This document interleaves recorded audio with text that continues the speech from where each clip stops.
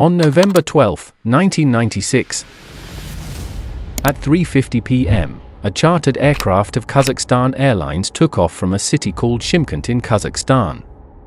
This aircraft was bound for New Delhi, carrying several small traders from the neighboring country of Kyrgyzstan, who were headed to India to buy goods they could sell in Central Asian markets. At the same time, a Saudi Arabian Airlines flight was preparing to take off from Indira Gandhi International Airport in Delhi.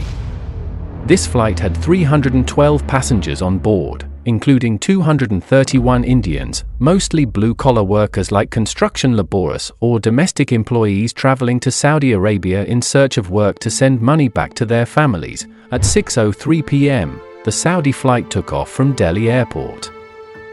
Air traffic controller VK Dutta was on duty, communicating with both the Saudi and Kazakh planes and guiding them.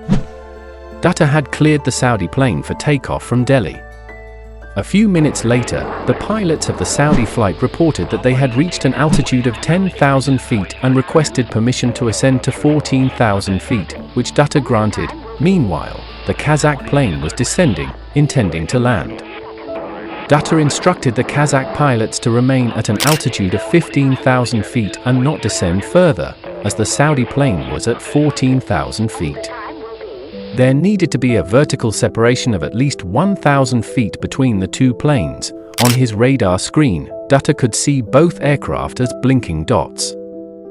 Within minutes, he watched as the two dots moved closer and closer together until, in a horrifying moment, the two dots fused into one and then disappeared. This was the point when Dutta realized something catastrophic had occurred.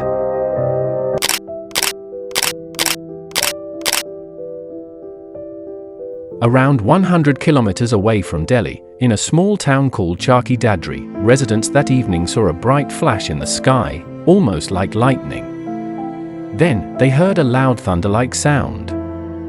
Before they could grasp what was happening, metal debris began raining down from the sky. It became clear that the two planes had collided mid-air. This was the first and only mid-air collision in the history of the country and also the worst air disaster in India's aviation history. Search efforts for the victims began immediately, and the wreckage from both planes was discovered spread over a wide area. The disaster claimed many lives, and prayers were held for both Muslim and Hindu victims. Investigators began working on the flight recorders, the black boxes from both aircraft, to uncover what had happened just before the crash. Even a judicial inquiry was ordered, led by then Civil Aviation Minister, Mr. Devgoda, to probe into the disaster. Experts were considering various factors that could have caused the tragedy. The radar used at Delhi Airport at the time was a primary radar, and it was fairly outdated. To fully understand why this happened and what impact it had on India's aviation sector, we need to first grasp some basic knowledge about the rules of the sky. Just as vehicles on roads follow set paths, airplanes in the sky also have set routes known as airways. Air traffic lanes on the ground are divided into lanes to manage traffic, and similarly, airways are divided into air corridors. Imagine if there were only one lane for incoming and outgoing traffic on a road, the chances of an accident would be very high.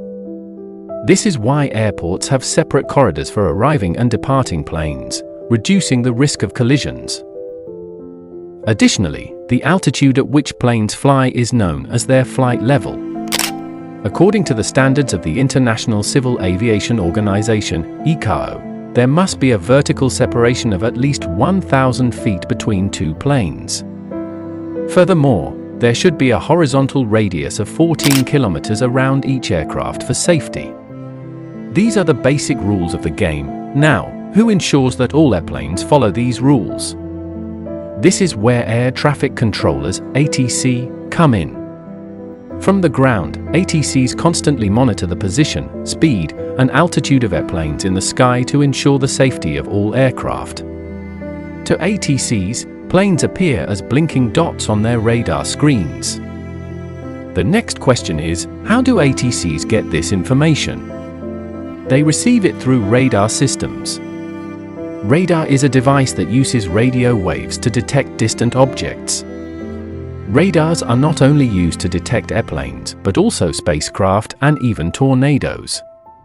the radars used to detect airplanes can be categorized into two types: primary radar and secondary radar. Primary radar is a system where strategically placed antennas on the ground send out radio waves. When these waves hit an aircraft and reflect back, the radar measures the time it takes for the waves to return and calculates the distance. However, primary radars can only provide the horizontal distance of a plane, not its vertical altitude. For vertical distance, secondary radar is used. Secondary radar is a bit more complex. It involves a transponder installed on the aircraft. When the primary radar sends out signals, the transponder on the plane catches these signals and responds with its own signals, providing more detailed and reliable information about the plane's position.